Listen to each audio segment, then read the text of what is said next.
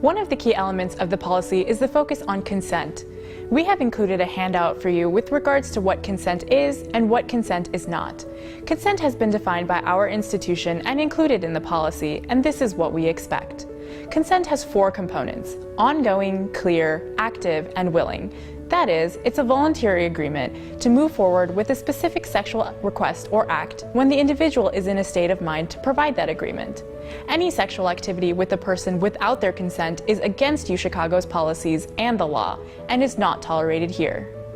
Consent is not forced, discriminatory, ambiguous, or forever. The absence of no or stop should never be interpreted as yes if consent is otherwise unclear. The type or lack of clothing someone is wearing does not constitute consent. Because consent is ongoing, just because someone has had sex with you before doesn't mean you can have sex with them whenever you want without first getting their consent, and this includes individuals in long-term partnerships.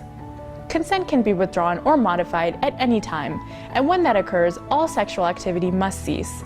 Remember that even when you have consent for one kind of sexual activity, it does not mean you automatically have consent for other kinds of sexual activity.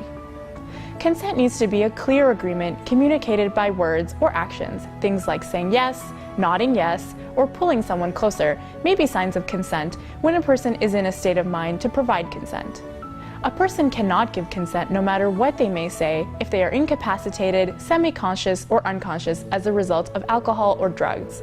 It is the responsibility of the individual initiating the sexual activity to get consent from the other person prior to initiating any sexual activity.